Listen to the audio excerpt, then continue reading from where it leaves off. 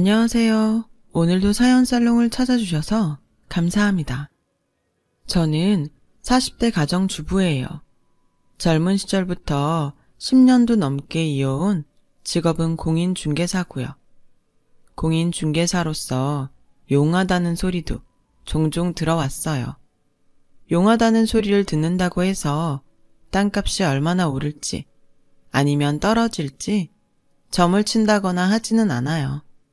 다만 다년간의 경험과 부단한 공부를 통해서 지적도를 보면 지금 이 땅의 시세는 어떻고 주변이 어떤 방식으로 개발이 되겠으니 땅값이 얼만큼 오르겠구나. 혹은 이러한 이유로 인해 개발이 어렵겠으니 땅값은 얼마나 떨어지겠구나. 견적이 척 하고 나오는 편이죠. 일종의 진단을 내리는 것이라고 하면 이해가 편할까요? 아무튼 저는 위기에 빠졌던 시댁을 저의 이런 능력을 통해 구해냈답니다. 참 행복한 결혼 생활이었어요.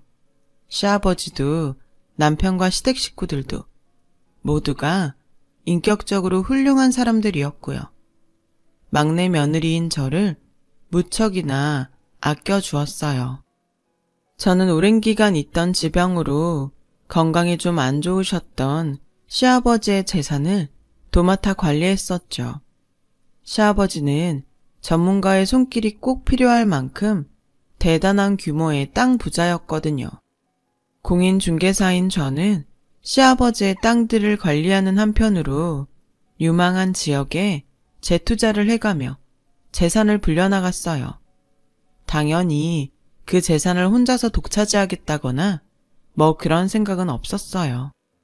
이 좋은 사람들과 한 식구가 되어서 산다는 것만도 행운이었어요. 행복하기만 하던 어느 날 저와 시댁 식구들 앞에 뜻밖의 사람이 하나 나타나더군요. 남편과 연애할 당시부터 줄곧 죽었다고만 들어왔었기에 저 또한 진짜로 죽었다고만 생각했던 시모였어요. 참 이상한 일이었죠. 멀쩡히 살아있는 시모를 죽었다고 했던 남편과 시댁 식구들. 저희 결혼 10년 뒤에서야 나타난 시모. 무엇보다 가장 이상했던 점은 수십 년 만에 재회한 시모를 대하는 남편과 시아버지 그리고 시댁 식구들의 태도였어요. 명색이 부인이며 낳아주신 어머니인데도 남편과 시댁 식구들은 시모를 벌레 대하듯 대하는 것도 모자라 없는 사람 취급하더라고요. 천성이 궁금증을 참지 못하는 스타일이었던 저는 남편에게 넌지시 물어봤죠. 무슨 사연이라도 있어? 왜? 궁금해? 당연히 궁금하지. 멀쩡히 살아있는 어머니를 나한테 다들 죽었다고만 했던 것도 이상한데 어머니는 또 수십 년 동안 소식도 없었다면서 며칠 여행 다녀온 사람처럼 행동하지를 않나. 낳아준 친어머니인데 당신이랑 시댁 식구들이 없는 사람 취급하는 것도 그렇고 뒤죽박죽이잖아. 아, 맞네. 생각해보니까 시어머니 제사는 한 번도 지낸 적이 없구나. 근데 그럼 시어머니 살아있는 거 알았다는 얘기잖아. 응? 아마 그 인간이 어디 가서 객사를 했어도 제사 같은 건 안 지냈을 거야. 응? 넌 저 여자가 우리 엄마로 보여? 아니야? 혹시 딴 사람인가? 친모가 아니라거나? 낳아준 사람은 맞는데 엄마는 아니야. 저 사람이 자식들이랑 수술받고 누워있는 아버지 버리고 집 나가버릴 때부터 엄마 아니기로 했어. 솔직히 우리 버리고 도망친 건 고마운 일이지. 집 나가기 전부터 우리 엄마 아니었으면 싶은 인간이었으니까. 남편의 절절한 이야기를 듣고 보니 늘 화목하던 시댁은 참 사연이 많은 집안이더라고요. 멀쩡히 살아있는 시모를 차라리 죽은 사람인 셈 치며 살아왔을 정도로요. 결론부터 말하자면 시모가 몹쓸 부인이자 악덕 엄마였던 까닭이었어요. 지금이야 전문가의 관리가 필요할 만큼 대단한 땅 부자이지만 젊을 적 시아버지는 찢어질 정도로 가난했다더군요. 하루 한 끼 쌀밥 먹으면 다행일 지경이었더랬어요. 그 가난을 끔찍하게 싫어했던 시모가 가족을 내팽개친 채로 야반도주를 해버렸고요. 야반도주하기 전에도 시모는 결코 좋은 사람은 아니었어요. 공사판 막노동꾼이었던 시아버지는 일감을 찾아 먼 지역의 공사장으로 막리를 떠나 있는 날이 많았는데요. 평소에도 집안일은 모두 어린 자식들에게 떠넘긴 채로 빈둥거리기만 했던 시모의 악행은 시아버지가 집을 비울 때마다 극성이었대요. 날씨가 안 좋아서 기분이 나쁘다던가, 자신이 시켜먹던 짜장이 불어서 입맛 버렸다던가 하는 시기였죠.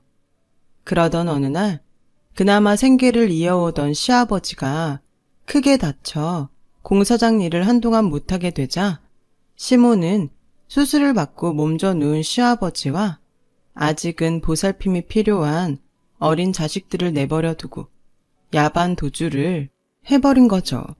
말이 좋아 야반 도주지 집안에 돈 될 만한 것들은 싸그리 싹싹 챙겨든 채로요. 그거 없으면 우리는 뭐 먹고 사냐고 울부짖는 남편과 어린 자식들을 뿌리치고 말이죠. 참, 쉽지 않은 일 아닌가요? 그래서 시아버지와 시댁 식구 모두는 시모를 차라리 죽은 사람인 셈 치며 살아왔던 거였죠. 상황이 이러니 수십 년 만에 돌아온 시모를 누구 하나 좋게 볼 턱이 있겠냐고요. 저 또한 그 심정을 충분히 이해할 수 있었고요. 다만 갑자기 나타난 시모를 향한 저의 시선에는 가족을 내다버렸던 과거에 대한 경멸과 더불어 의심도 함께 담겨 있었어요. 시모가 수십 년 만에 돌아오던 때는 오랜 지병을 앓던 시아버지의 임종이 얼마 남지 않았던 날, 시모가 남편과 자식의 안부보다 먼저 저에게 물었던 한마디가 의심을 불러왔어요. 네가 막내 며느리 되는구나? 그런데요. 직업이 공인중개사라지? 집안 재산 관리를 도맡아 왔고. 어떻게 하셨어요? 어떻게 알았는지는 물을 것 없고 우리 남편 재산이 얼마나 된다든? 유감이지만 대답 못하겠는데요. 시아버님 재산은 모두 시아버님 개인 명의로 되어 있죠. 정 궁금하다 싶으면 시아버님 동의 받아오던가요. 남편한테 못 들었니? 내가 그 시아버님 아내 되는 사람이야. 당신이 왜 시모가 아니고 시댁 식구들의 어머니도 아닌지 정도는 들었죠. 막내는 어릴 적부터 멍청하더니 어디서 이딴 년을 며느리랍시고 얻어가지고선 야, 내가 네 시어머니야. 어디서 당신 같은 사람이 시어머니랍시고 들어앉았는지는 모르겠지만 조심하는 게 좋을걸요? 나 뭐 그렇게 만만한 사람 아니거든요. 너 지금 텃세 부리니? 곧 알게 되겠죠. 괜한 텃세인지 아닌지는. 그날로 저는 시모의 과거 행적을 수소문하기 시작했어요. 눈치야 누가 봐도 이건 유산 노리고 계획적으로 접근한 거다 싶었지만 그래도 확신이 필요했거든요. 왜 가끔 있잖아요. 평생 몹쓸 짓은 다 처하고 돌아다니다가 인생 말년에 폭풍 같은 사건을 겪으면서 개가천선하는 특이 케이스. 저는 수십 년 만에 돌아온 시모가 혹시나 그 특이 케이스는 아닌지 확인해야만 했고 만약 제가 넘겨짚은 그대로 유산을 노린 접근이라면 그 흑심으로부터 시댁을 지켜낼 방법을 찾아야만 했어요. 그런데 혹시나 하면 역시나 라고 하던가요? 시모가 딱 그 꼴이더군요. 가족을 버리고 야반 도주했던 시모의 과거 수십 년간의 행적을 마주한 저의 심정은 아니나 다를까 였어요. 시모는 가족을 버린 이후의 평생을 남의 등이나 처먹고 다니는 사기꾼으로 살았더군요. 무전 취식과 외상값 떼먹기는 아주 귀여울 지경이었고 어디서 무슨 사기를 얼마나 치고 다녔던지 사기 전과가 몇 번씩이나 되는 악질 중의 악질이었어요. 시모의 실체를 파악한 저는 혹시나 싶은 마음에 시모가 지명수배 중은 아닌가 알아보았지만 교도소에서 출소한 지 얼마 되지 않았을 뿐 지명수배자까지는 아니더라고요. 저는 시모가 지명수배자가 아니라는 사실이 못내 아쉬웠어요. 너무 잔인한 생각 아니냐고요? 제 얘기를 들으시면 아무리 선한 분이라도 잔인하다고는 못할걸요 아마. 시모가 지명수배자가 아니라는 사실이 아쉬웠던 이유는 저와 시댁 식구들에게는 유산을 노리는 시모의 흑심으로부터 시댁을 지켜낼 대비책을 마련할 시간조차 주어지지 않았기 때문이었어요.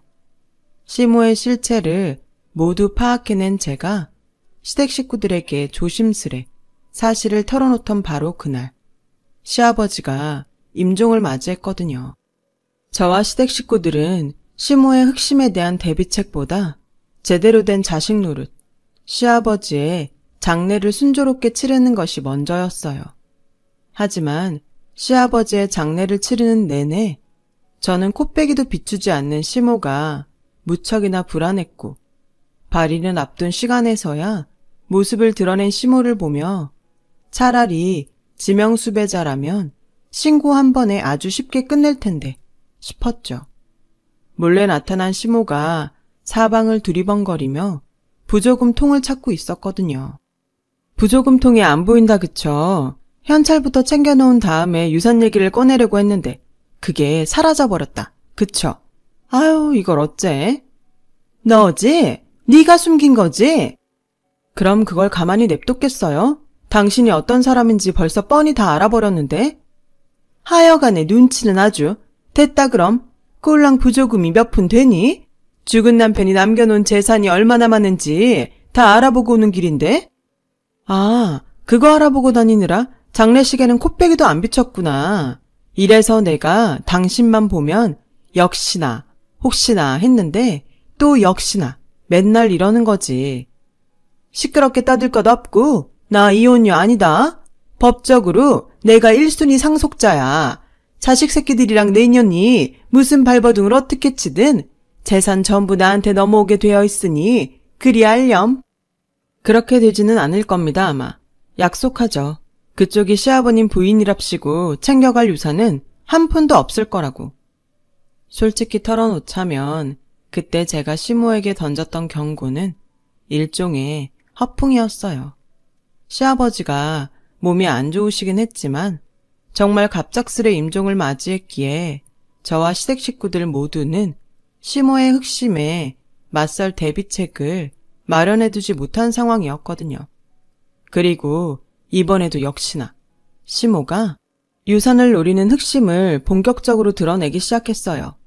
시아버지의 대단한 유산을 독차지하기 위해 제일 먼저 한 일은 시댁으로 내용 증명을 보내는 것이었어요. 시아버지와의 혼인관계가 유효하다는 사실을 알리는 내용 증명이었죠. 사기 전과 몇 범이 되기까지 숱한 재판을 겪었던 만큼 내용 증명이 법정에서 자신에게 유리하게 작용할 수 있다는 사실을 누구보다 잘 알고 있었던 거죠. 그렇게 며칠을 술렁이는 남편과 시댁 식구들을 대신해 혼자 변호사 사무실을 여러 찾아다녔어요. 변호사들의 대답은 하나같이 이랬죠. 원한다면 시어머니에게 유산을 상속하지 않을 가능성은 있겠네요. 그렇다면 다행이네요. 방법은요? 재판을 해야죠. 시아버지와 시어머니의 결혼이 사실상 끝나 있음을 법정으로부터 인정받아야 하는데 그러려면 재판은 피할 수가 없겠어요. 쉽지만은 않겠네요. 그렇다고 봐야죠. 그래서 가능성이라고 말씀드린 거고요. 시아버님께서 이미 작고한 다음이라 더더욱 어려울 테고요. 아마도 어느 변호사를 만나도 마찬가지일 겁니다. 혼인관계와 상속 문제에 있어서만큼은 대한민국 법정이 그렇게 만만한 곳은 아니라서요. 한 가지 조언을 드리자면 이런 경우는 대개 적정한 선에서의 합의가 많이 이루어지고는 합니다. 그쪽이 법정 싸움보다는 심적 부담이 훨씬 덜할 테니까요. 그 적정한 선에서의 합의를 원하지 않는 상황이어서요. 재판이 결심이 서게 되면 다시 올게요. 시모와의 싸움이 쉽지 않을 것이라는 변호사의 소견들. 그 소견을 전해 들은 남편과 시댁 식구들은 고민에 잠겼어요. 법이란 늘 국민들의 곁에 가까이 있는 것이라고는 해도 토지와 재산을 다루는 공인중개사인 저의 입장에서조차 법정 싸움은 무척이나 생소한 일인데 더욱이 남편과 시댁 식구들 같은 일반 사람들 입장에서는 부담을 갖지 않을래야 않을 수가 없는 거잖아요. 그럼에도 남편과 시댁 식구들이 적정한 선에서야 합의가 아닌 법정 싸움을 향한 고민에 빠졌던 이유는 단 하나, 사람 같지도 않은 시모를 어머니로 인정하고 싶지 않기 때문이었어요. 그래서 저는 남편과 시댁 식구들에게 용기를 불어넣었죠. 우리가 뭐가 모자라서 그딴 수작질에 놀아나겠냐고요. 모든 부담과 짐은 막내 며느리인 제가 짊어질 테니 걱정 대신 믿음으로 맡겨달라고요. 그렇게 남편과 시댁 식구들은 법정 싸움을 각오하게 되었어요. 물론 저의 자신감이 근거 없는 자신감은 아니었어요. 단 하나의 분명한 확신이 있었죠.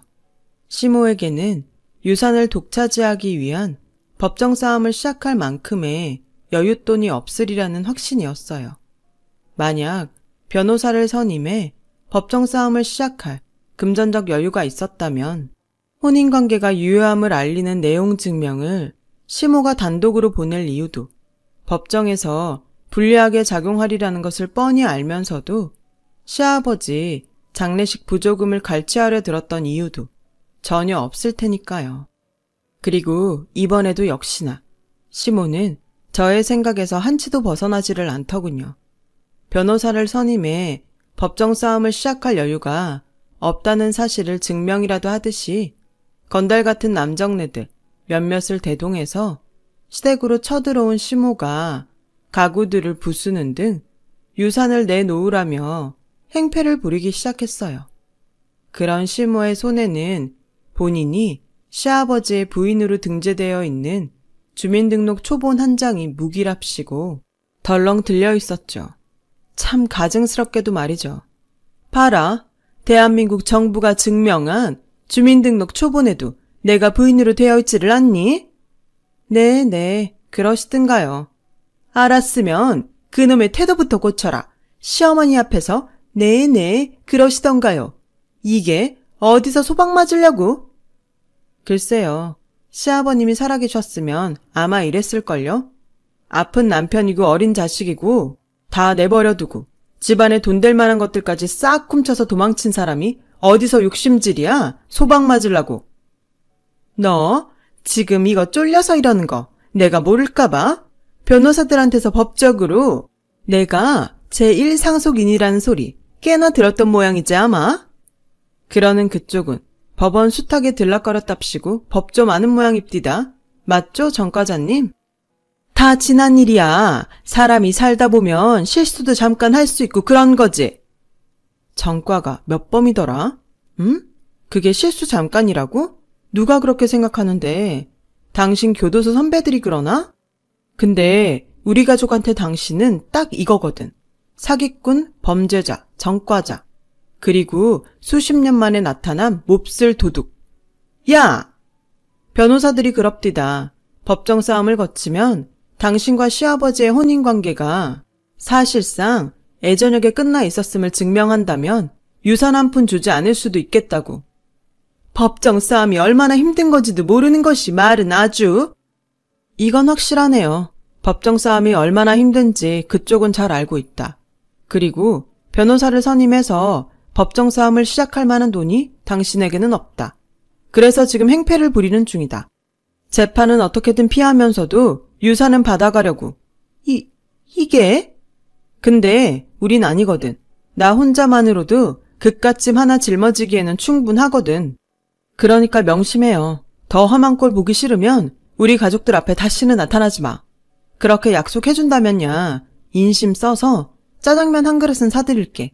삼선짜장 곱빼기로. 쟁반짜장도 괜찮고. 그래, 어디 너 죽고 나 죽어보자. 시모를 향해 던진 자극의 말들은 저와 시댁 식구들이 함께 준비한 작전이었어요. 시모를 자극해 시모와 건달 같은 장정들이 더 심한 협박을 가해오기를 유도했죠. 아니나 다를까 시모와 그 사람들은 저희가 의도했던 대로 행동하더군요. 시댁 식구들을 때릴 듯 협박했고 집안을 아주 쑥대밭으로 만들었어요. 그러는 모든 순간을 시댁 식구들이 몰래 숨겨놓은 휴대폰 카메라들이 촬영하고 있었고요. 다 지난 일이니만큼 솔직하게 고백하자면 제가 이렇게까지 했던 이유는 유산의 거취를 두고 진행될 시모와의 재판이 그만큼 쉽지 않을 것이기 때문이었어요. 시모의 행패와 협박 같은 증거들까지 어떻게든 싸그리 싹싹 긁어 모아 저희에게 유리한 증거로 사용하기 위해서였죠. 그런데 시모와 그 사람들이 행패를 부리기 몇 시간 전 시모를 향한 고소장을 작성하기 위해 변호사 사무실로 떠났던 남편이 시모와 건달들의 행패가 한창인 현장으로 도착했어요. 넋이 나가버린 얼굴로 어떤 종이 한 장을 손에 쥔 채로요. 남편으로부터 그 종이를 넘겨받은 시댁 식구들 또한 멍하니 넋이 나가버리더군요. 좌절을 절감한 표정이 역력했어요. 또 그 종이를 빼앗듯이 받아 읽어본 시모는 환하게 웃었고요. 남편이 뒤늦게 발견되었다며 들고 나타난 종이는 시아버지의 유언장이었어요. 유언장에 담겨있는 내용은 놀라웠죠. 대규모의 토지를 시모에게 상속하겠다는 내용이었거든요. 이대로라면 시모를 시댁 식구들의 어머니로 인정하게 되는 꼴도 모자라서 유언장에 담겨있는 토지 더하기 유산 전부를 시모에게 빼앗기게 될지도 모르는 상황이었어요. 심지어 유언장에 담겨있는 토지의 규모는 축구장과 야구장, 여러 개가 들어가고도 남을 만큼 엄청난 규모였어요. 그 유언장에 적혀있는 토지 등기 주소를 유심히 살펴보던 저는 태사를 바꾸어 시모를 설득하기 시작했어요. 그냥 있는 그대로 다 털어놓을게요. 법정 싸움 운운했던 말은 전부 허세였어요. 어머니가 아버님의 법적 배우자가 확실한 만큼 재판을 걸어봤자 이길 자신이 솔직히 전혀 없었거든요. 당연한 얘기를 참 길게 하는 재주가 있다 너는? 그래도 유언장에 담긴 땅 정도면 어머니가 원하는 만큼 다 이루고도 남지 않을까요? 그걸 어떻게 알아? 제가 공인중개사잖아요. 축구장, 야구장 여러 개가 들어가고도 남을 만큼 어마어마한 규모예요. 그러자 시어머니의 얼굴에 슬쩍 화색이 돌더군요. 모종의 기세를 탄 저는 설득을 이어갔죠. 솔직히 법정 싸움을 이길 자신은 없지만서도 이대로 재판 들어가면 어머님도 이래저래 마음고생 많을 거잖아요. 걱정 말거라. 돈 있는 사람이 재판에 지는 꼴? 난 그런 거 본 적 없다. 아닐걸요? 재판 시작하면 저희는 무조건 대법원까지 끌고 갈 생각인데 그럼 그동안 어머님도 상속 못 받아요. 재판 끝나기 전까지 상속 못 받도록 가처분 신청부터 넣을 테니까요. 3심까지 끝내고 상속받으려면 못해도 최소한 몇 년인데 그때까지 애만 태우면서 기다릴 수 있겠어요? 그 대단한 토지를 눈앞에 두고? 그래서 하고 싶은 말이 뭐니 대체? 합의하죠. 피차 법정 싸움으로 고생하느니 그 땅만 받고 끝내기로. 대신 각서 한 장만 부탁해요. 유서에 적힌 땅을 받는 대신 나머지 유산의 상속은 포기하겠다고요. 나머지는 포기? 선택하세요. 그 어마어마한 땅을 이 자리에서 아주 손쉽게 가져가시던가 아니면 몇 년 동안 죽어라 재판 치러 가면서 고생이란 고생은 다 한 다음에 나머지 유산들 좀 욕심내 보던가. 다시 강조하지만 유서에 적힌 토지는 축구장, 야구장 여러 개가 들어가고도 남을 만큼 어마어마한 규모예요. 하기사 그 정도 크기의 땅을 팔아치우면 평생을 놀고 먹어도 부족하지는 않겠지. 그거 참 좋은 조건이다 얘. 어떻게 각서에는 지장이 확실하겠지? 인주랑 바로 준비할까요? 이제야 얘기가 좀 되네. 진작에 그래 써야지. 시모는 신이 나서 유서에 적혀있는 토지만 상속받고 나머지 유산에 대한 상속권을 포기한다는 각서에 도장을 찍었어요. 그 뒤에 벌어질 대참사는 꿈에도 모르는 채로요. 시모로부터 전화가 걸려온 건 각서에 도장을 찍으며 유산에 적힌 토지만을 챙겨갔던 날로부터 채 며칠이 지나지 않은 어느 날이었어요. 휴대폰 너머로 들려온 시모의 목소리는 역시나 울먹이는 목소리였죠. 예, 며느라, 나 지금 상속받은 땅 확인하러 왔는데 뭐가 잘못된 모양이다. 땅이 뭐가 어떤데요? 어떻기는 사방이 온통 산이야. 주변에 도로도 없고 인가도 하나 없고. 뭐 별 다른 건 없고요? 신만이가 그러는데 여기가 무슨 어떤 그린벨트란다? 그래서 지금 산속이라고요?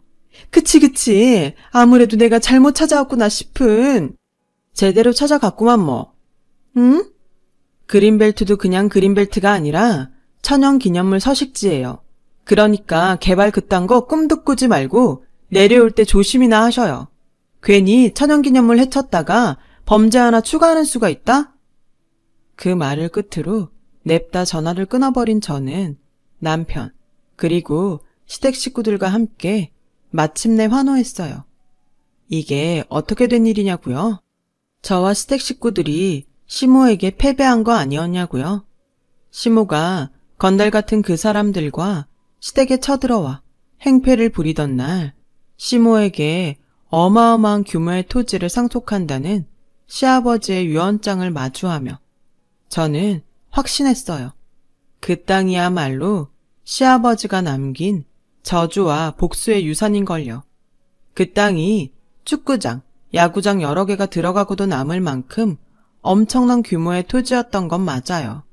중요한 건 거기가 어떤 땅이냐 하는 거죠. 시아버지가 시모에게 남긴 저주와 복수의 유산은 강원도 어느 산골에 자리한 이어지는 도로 하나, 주변에 작은 마을 하나 없는 오지. 개발 계획은 지금껏 전혀 없었으며 앞으로도 결코 없을 그린벨트이자 천연기념물 서식지. 당연히 현재 시세는 똥값 그 자체인데다가 시세가 오를 가망 따위 또한 절대 존재하지 않는 똥땅 중에서도 최고급 똥땅.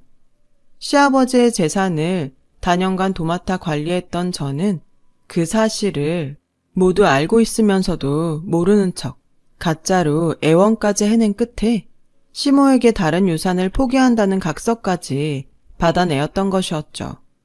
팔아서 돈으로 만들 수도 없는 똥땅만을 상속받은 시모는 결국 상속세조차 낼 수 없는 알거지 신세가 되어버렸고 그 신세가 얼마나 절박했던지 저에게 전화 한 통이 더 걸려왔어요. 아니나 다를까 돈 내놓으라는 협박 전화였죠. 이제 와서 그러면 뭐하나. 가소로울 뿐이었죠. 다른 유산의 상속권을 포기하겠다며 지장까지 찍은 각서가 버젓이 있는 데다가 시댁까지 쳐들어와 행패와 협박을 일삼았던 동영상 증거까지 다 가지고 있는데 말이에요. 저는 또 교도소가 가고 싶으면 어디 마음대로 해보라는 비아냥으로 맞섰고 한숨과 함께 전화를 끊어버린 시모가 그날로 종적을 감추었어요. 비로소 저와 시댁은 완전한 평화를 되찾았죠. 요즘 말로 치자면 시아버지의 성견지명과 공인중개사 며느리가 콜라보레이션으로 완성시킨 복수인 셈이죠. 그렇게 지금 저는 시댁 식구들에게 골고루 분배한 시아버지의 유산을 도맡아 관리하며 하루하루 불려나가고 있어요. 남편과 시댁 식구들은 누구 하나 몹쓸 시모를 닮지 않은 덕분에 아주 훌륭한 부모가 되었고요. 시모는 어떻게 되었냐고요? 똥땅 앞으로 나오는 토지세만 철마다 퍽퍽 쌓여가는 꼬라지가 되고 말았죠 뭐. 그 토지세와 여태껏 내지 못한 상속세까지 체납되어버린 채로 살아가고 있는 거죠. 어제는 시댁 식구와 다 같이 모여서 저녁 식사를 했어요. 참 하나같이 좋고 밝은 사람들이라는 걸 새삼스레 느꼈네요. 그래서 더더욱 시아버님이 보고 싶어졌어요. 서로 보다듬고 잘 지켜나가며 행복하게 잘 살고 싶습니다. 아버님, 지켜봐 주세요. 여러분, 사연 댓글에 응원과 현명한 조언 부탁드려요. 좋아요와 구독은 저에게 큰 힘이 됩니다. 오늘도 좋은 일 가득하세요.